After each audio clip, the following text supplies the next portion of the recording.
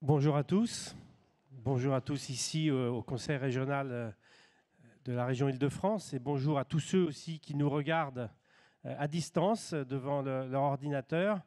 À peine quelques semaines après des discussions un peu agitées l'automne dernier sur le budget 2023, vous êtes tous réunis ici pour envisager la suite et la stabilisation des budgets sur en gros une dizaine d'années. Et donc je pense que déjà le fait que vous soyez tous réunis pour travailler à cette stabilisation et à cette visibilité est déjà une bonne nouvelle. Alors on va essayer de faire une journée de débat instructif, intéressant, interactif. Je vous demanderai aussi de poser des questions pendant cette journée et puis aussi ceux qui nous regardent pourront par Internet en poser quelques-unes. Je voudrais d'abord, pour que tout se passe bien, déjà vous demander de bien penser à mettre vos téléphones sur silencieux. Ça garantira une qualité des échanges optimale pour cette journée. Alors, je ne vais pas vous parler tout de suite du programme, il est très riche. On parlera évidemment coûts, on parlera recettes, on parlera de beaucoup de choses et beaucoup de chiffres.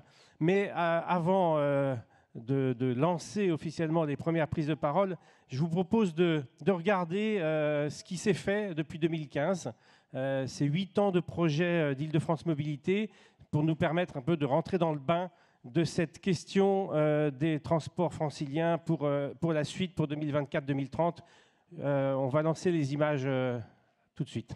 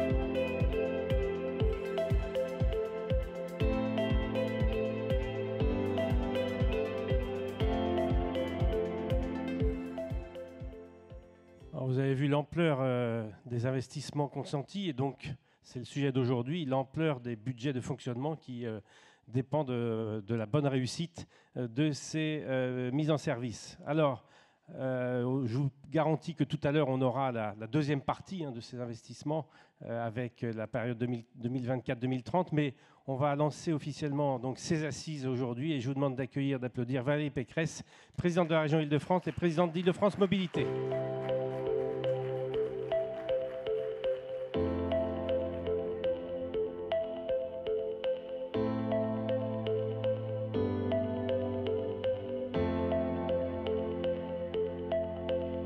N'hésitez pas à prendre place, il y a encore des places au fond à ceux qui arrivent, il y a beaucoup de place.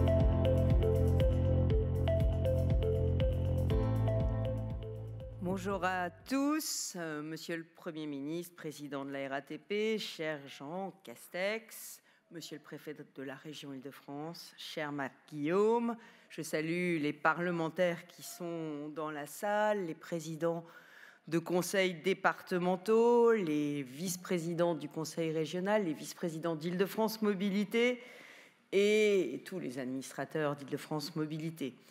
Je salue aussi le président du directoire de la Société du Grand Paris, cher Jean-François Monteil, le président de la Chambre régionale des comptes d'Île-de-France, Thierry Vuct, le président de la Chambre de commerce et d'industrie Paris-Île-de-France, cher Dominique, le président du MEDEF Île-de-France, cher Daniel.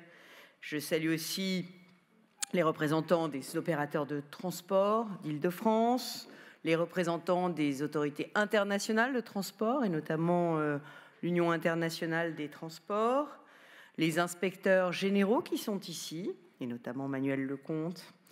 Je salue le président du comité environnemental et social d'Île-de-France, cher Éric, les représentants des associations d'usagers, les élus, mesdames et messieurs, chers amis. Alors en 2022, le financement des transports franciliens s'est inscrit dans l'actualité à cause, vous le savez, de la hausse spectaculaire des tarifs de l'électricité et de l'inflation qui ont été liées à la guerre en Ukraine.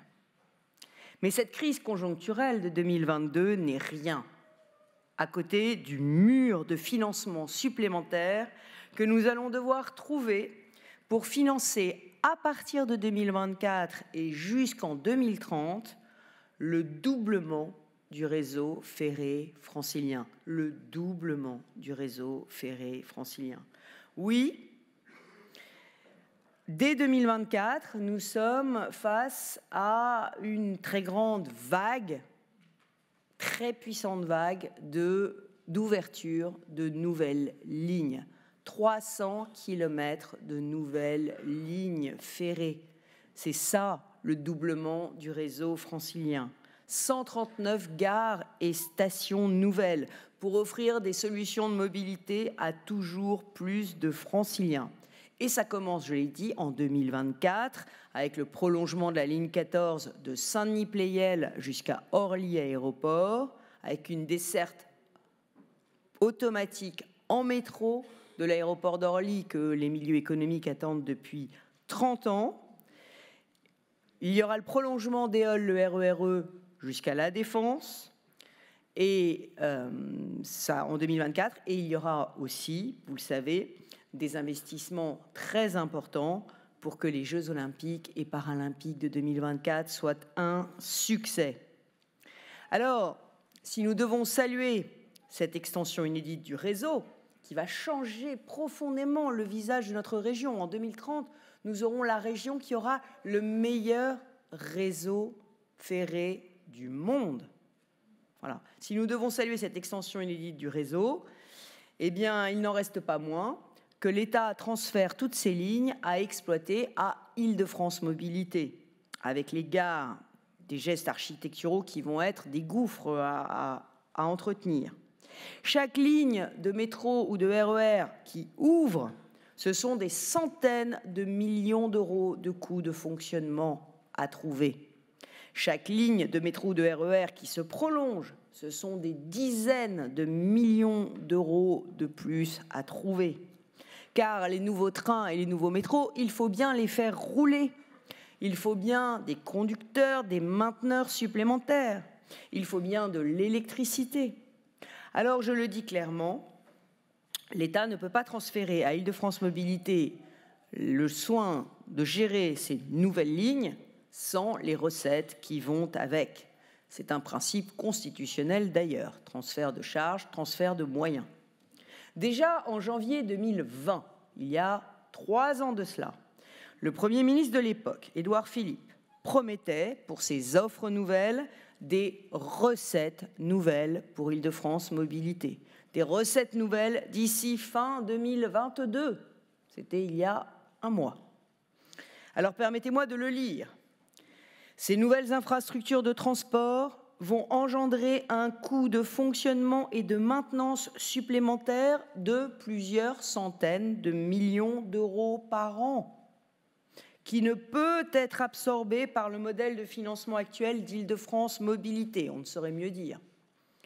Cela justifie qu'une partie de ces coûts soit supportée par des financements supplémentaires apportés à Île-de-France Mobilités par l'État ou par transfert de fiscalité. Là aussi, je n'ai rien à enlever, rien à retirer aux propos d'Édouard Philippe, Premier ministre, en janvier 2020.